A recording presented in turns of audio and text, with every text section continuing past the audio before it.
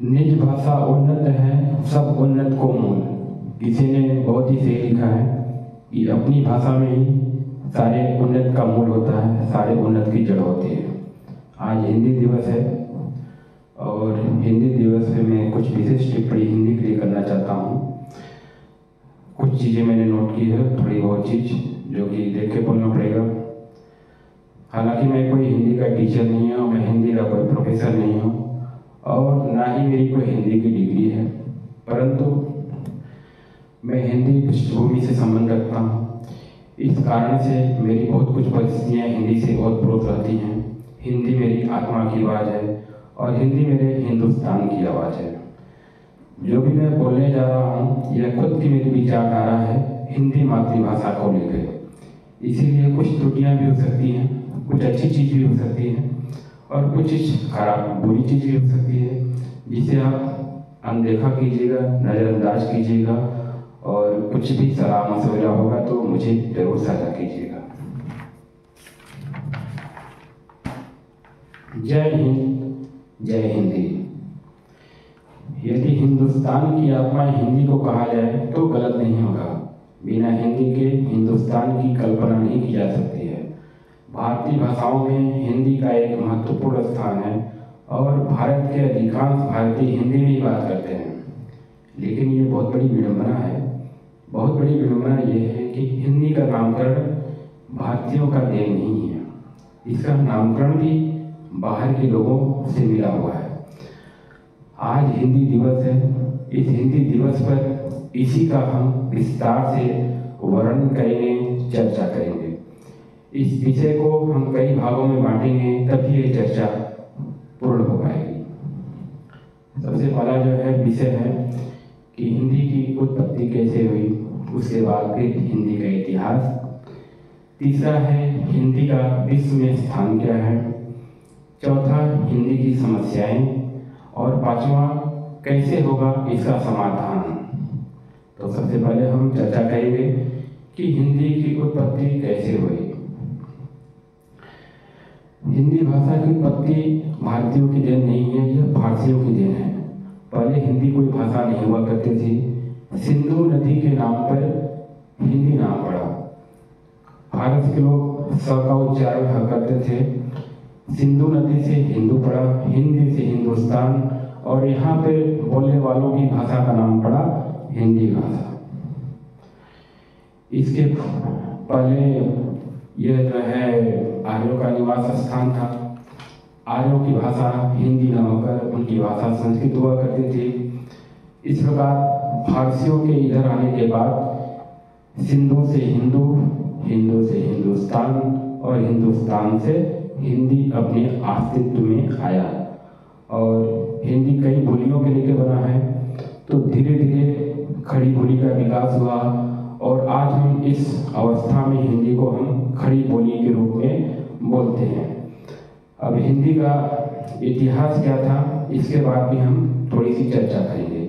हिंदी कैसे अपने अस्तित्व में आया, इसको लेकर हम एक थोड़ा सा वर्णन करते हैं। ईसा पूर्व 15वीं शताब्दी में ऋग्वेद लिखा गया था। यह वह काल था जो वैदिक युग जिसको बोला जाता था और वैदिक संस्कृत। इस काल को भी दो भागों में बांटा गया, वैदिक संस्कृत और उत्तर वैदिक संस्कृत। वैदिक संस्कृत का जो पीरियड था, जो कालखंड था, 1500 ईसा पूर्व से लेके 1000 ईसा पूर्व तक था। इसके बाद समय आया उत्तर वैदिक संस्कृत का, जिसका कालखंड था 1000 ईसा पूर्व से लेके 500 ईसा पूर्व। इसे ब्राह्मण संस्कृत भी बोला जाता है अथवा लौकिक संस्कृत का भी नाम दिया जाता है। इसके बाद आया पाली। पाली अपने अस्तित्व में आया। पाली का कालखंड 500 ईसा पूर्व से लेके प्रथम शताब्दी तक था। पाली के बाद आया प्राकृत भाषा। प्राकृत का जो कालखंड प्रथम शताब्दी से लेके 500 ईस्वी तक था। पाली, प्राकृत और संस्कृत धीरे धीरे खत्म हो गया। उसके स्थान पे आया टूटी फूटी भाषा, भ्रष्ट भाषा, गिरी भाषा, जिसको लोग बोला जाता है।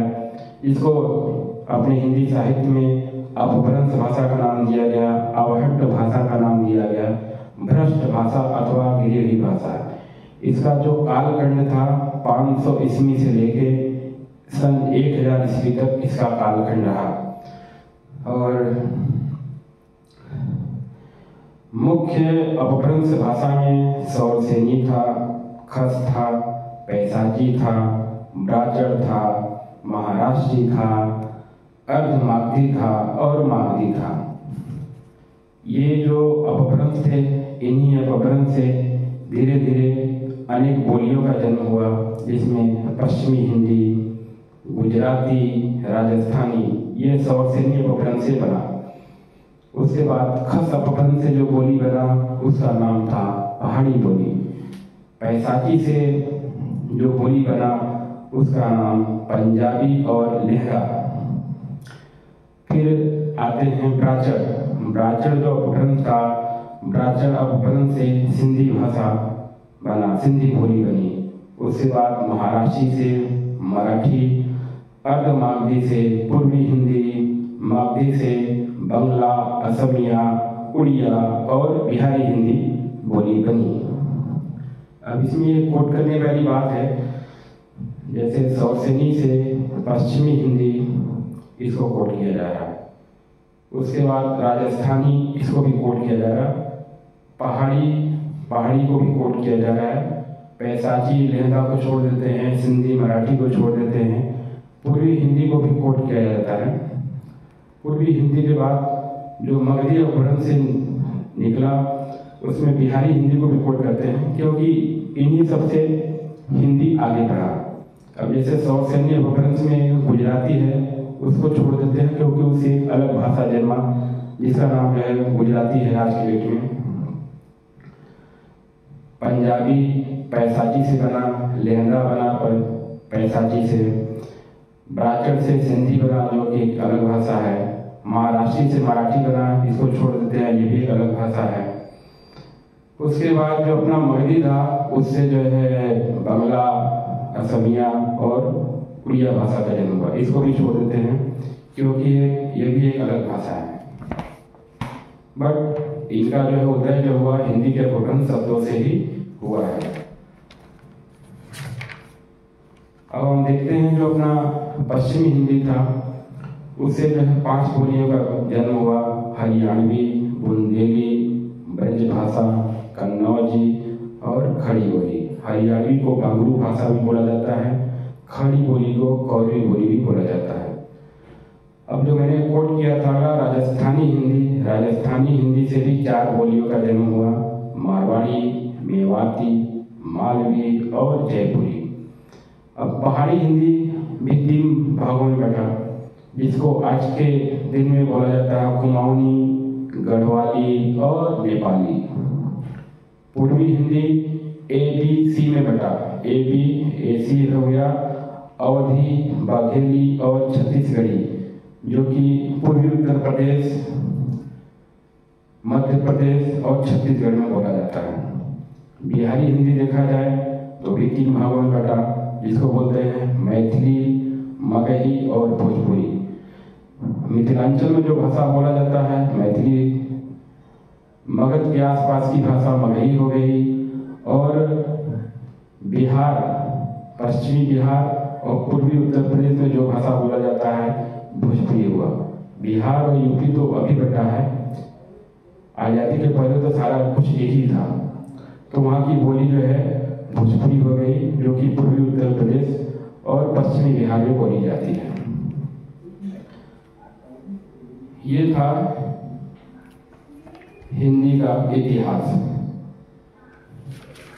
आगे हिंदी के इतिहास में एक चीज और बोलना चाहूँगा कि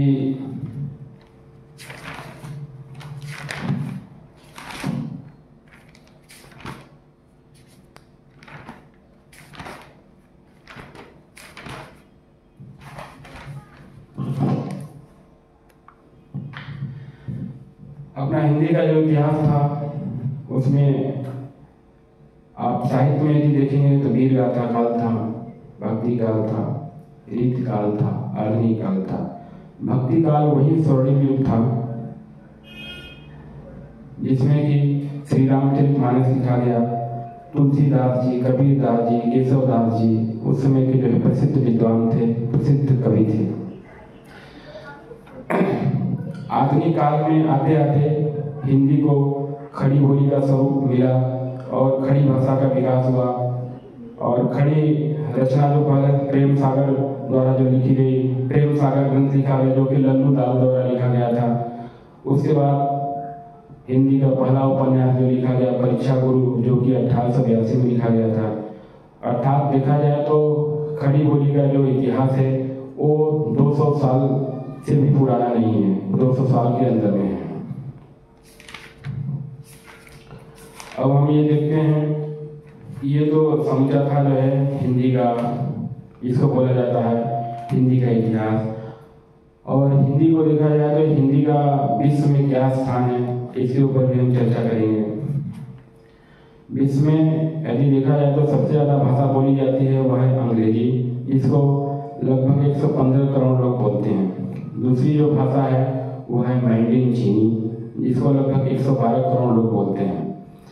हिंदी का विश्व में तीसरा स्थान है और हिंदी बोलने वालों की संख्या विश्व में 62 करोड़ है, जबकि पूरे हिंदुस्तान की आबादी लगभग 145 करोड़ है। चौथा स्थान स्पेनिश का है, पांचवा स्थान फ्रेंच का है।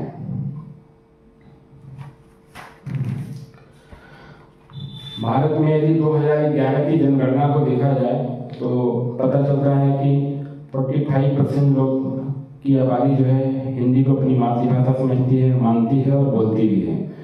दूसरे स्थान पर देखा जाए तो बांग्ला भाषा का स्थान है, जिसके बोलने वालों की संख्या 9.72 है, मराठी की संख्या 8.30 है, तेलुगु की संख्या 8.11 है, तमिल 6.90, गुजराती 5.54, उर्दू 5.07, कन्नड़ 4.37 और उड़िया 3.75 है।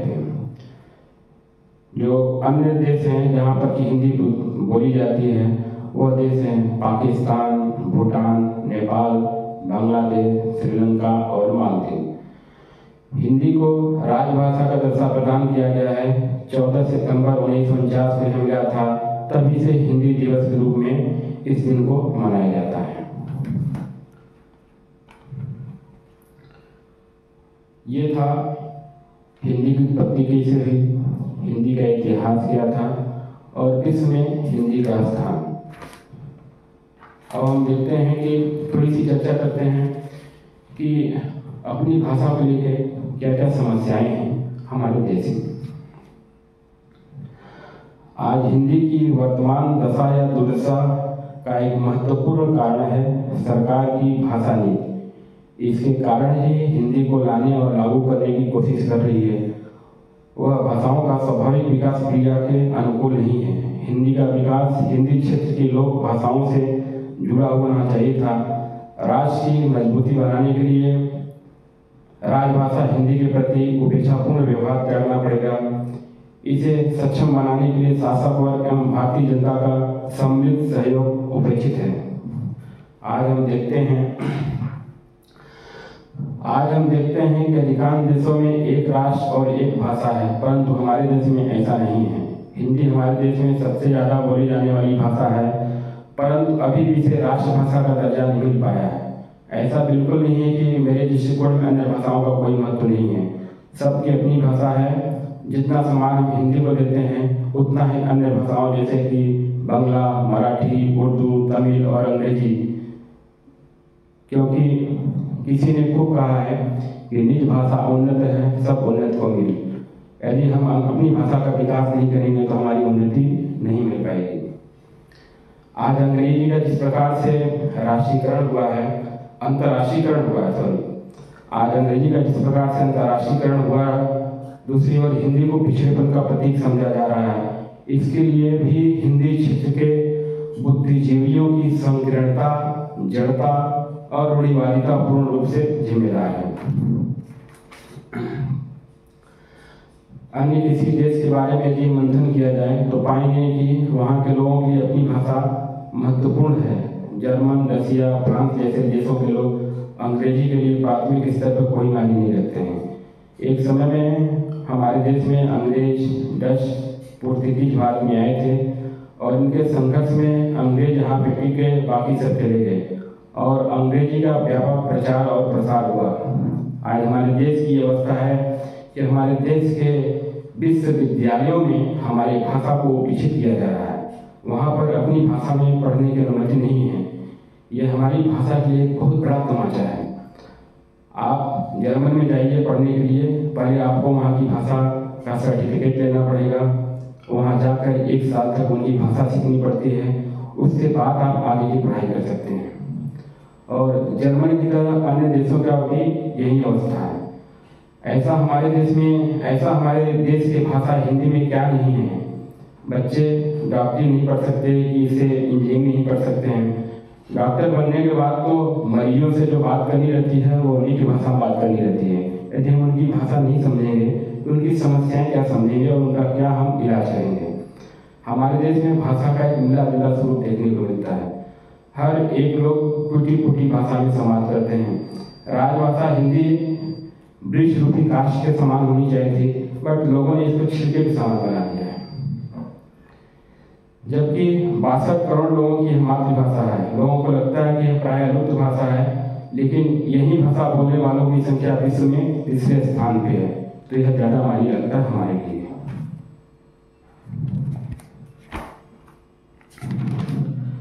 हम आगे बढ़ते हैं, देखते हैं कि हम समस्त भारतीय यदि चाहते तो यह भाषा विश्व की नंबर 1 बोली जाने वाली भाषा बन सकती थी, परंतु आवश्यकता है कि हिंदी के प्रति आदर्शवादी दृष्टिकोण के स्थान पर व्यवहारिक दृष्टिकोण अपनाया जाए। हिंदी केवल कागज की भाषा नहीं वरन व्यवहार की भाषा होनी चाहिए और इसे पूरा राष्ट्रभाषा के पद पर सुशोभित करने के लिए देश एवं समाज का सम्मिलित सहयोग अनिवार्य है। हमारे हिंदी समाज के लोगों को संकीर्णता छोड़ना होगा, उपेक्षा को दरकिनार करना होगा। अपनी भाषा हिंदी में वो ताकत है जो कि तोप, तलवार और बम के गोलों में भी नहीं है। वर्तमान राजनीतिक, सामाजिक और सांस्कृतिक संदर्भ में हिंदी की स्थिति अत्यंत विडंबनापूर्ण है। यद्यपि हिंदी संविधान के अनुसार देश की राजभाषा है, लेकिन सभी राजनीतिक दलों को समझने की जरूरत है हिंदी विचित्र स्थिति में फंसी हुई है। इसका उपयोग तो सब करना चाहते हैं, लेकिन सच्चे मन से प्रेम करने वाले बहुत कम हैं। यदि हिंदी हमारी मातृभाषा है तो संस्कृत हमारी नानी भाषा है। संस्कृत के बाद पाली और प्राकृत आए, आज यह प्राय लुप्त हो गए हैं। उसके बाद उसके अपभ्रंश से अन्य भाषाओं का विकास हुआ, अन्य भाषा जो है जन्म लिए, जैसे पंजाबी, मराठी, गुजराती, बंगला, असमिया, उड़िया, मैथिली, भोजपुरी, इन सभी भाषाओं की जननी है। तात्पर्य है कि भारत के 4 राज्यों को छोड़ दिया जाए, आंध्र प्रदेश, कर्नाटका, तमिल और केरल, और पूर्वी भारत के 2 राज्यों को छोड़ दिया जाए, तो सभी भाषाओं का स्वरूप इसी अपभ्रंश, हिंदी के अपभ्रंश से बना है। चाहे मगधी अपभ्रंश हो, चाहे अर्धमगधी अपभ्रंश हो, चाहे सौसोनी हो या खस हो। बाकी तमिल, तेलुगु, कन्नड़ और मलयालम हमारी नानी भाषा संस्कृत के पड़ोसी हैं। संस्कृत और तमिल ही विश्व की सबसे प्राचीन भाषा भी है। मातृभाषा, संपर्क भाषा कुछ भी हो, परंतु राष्ट्रभाषा एक होनी चाहिए। हमारे देश में लगभग 45% लोग हिंदी बोलते हैं, अतः आवश्यकता इस भाषा को विकसित न करें बल्कि और सम्मान और बढ़ावा दें। भाषा की उन्नति में हमारी उन्नति है और हिंदी इसकी प्रबल दावेदार है। जैसा हम लोगों से हिंदी सीखने की उम्मीद करते हैं, हमें भी उनकी भाषाओं की तरफ रुझान देना चाहिए। उन्हें भी सीखने की आवश्यकता है। हम उनकी भाषा सीखेंगे तो भी वो आसानी से हमारी भाषा सीख पाएंगे और हम एक दूसरे से तालमेल बना पाएंगे।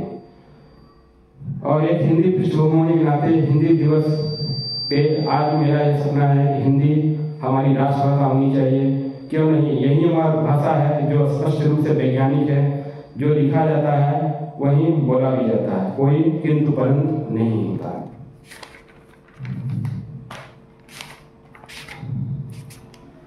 ये थी हमारी हिंदी की जो है समस्याएं। अब इसका समाधान कैसे होगा उस पर भी एक बार हम चर्चा कर लेते हैं। जैसा कि पहले ही बोला गया है कि हमें हिंदी के प्रति जो है आदर्शवादी दृष्टिकोण के स्थान पर व्यवहारिक दृष्टिकोण अपनाने की आवश्यकता है। हिंदी के प्रत्येक प्रांत राजनीतिक दल को आगे आना पड़ेगा। हमारा आज का सरकार इसके लिए काम भी कर रहा है और महत्वपूर्ण बात यह है कि मध्य प्रदेश, उत्तर प्रदेश, उत्तराखंड में सरकार ने यह कदम भी लिया है और वहाँ के पाठ्यक्रम में एक बहुत बड़ा बदलाव देखने को मिल सकता है। डॉक्टरी और इंजीनियरिंग की पढ़ाई हिंदी में लागू होगी। भारत में यूपी, एमपी, बिहार, हरियाणा, राजस्थान, हिमाचल प्रदेश, दिल्ली, झारखंड, उत्तराखंड और छत्तीसगढ़ हिंदी भाषा बोलने वाले प्रदेश हैं।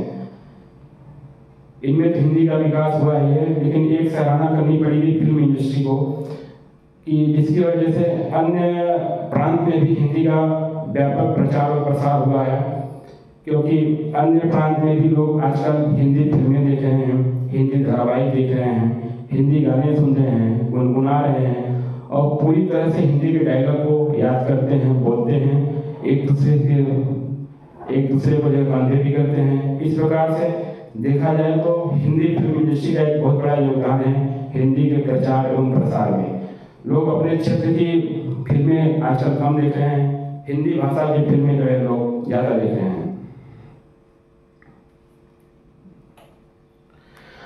दूसरी जो सोशल मीडिया है, हिंदी के प्रचार प्रसार में इनका भी एक महत्वपूर्ण भूमिका है और महत्वपूर्ण भूमिका निभा भी रहे हैं। आज के पहले इतने समाचार चैनल आ गए हैं, इससे पहले इतने समाचार चैनल नहीं हुआ करते। हिंदी समाचार चैनलों का भी विशेष योगदान है जो कि महत्वपूर्ण भूमिका निभा रही है। आने वाला दिन निश्चित रूप से हिंदी का है। हिंदी मात्र भारतीयों के माथे की बिंदी नहीं, वरन ये कुछ और भी है। हम सभी भारतीयों का एक कर्तव्य है कि एक साथ खड़े होकर सक्रिय भूमिका निभाएं, तभी हिंदी का हम विशेष स्वरूप हमारे सामने आ सकता है और वह दिन दूर नहीं जब हमारा भाषा भारत का नंबर 1 राष्ट्रभाषा बनकर उभरेगी और विश्व की नंबर 1 भाषा बनेगी। जय हिंद, जय हिंदुस्तान।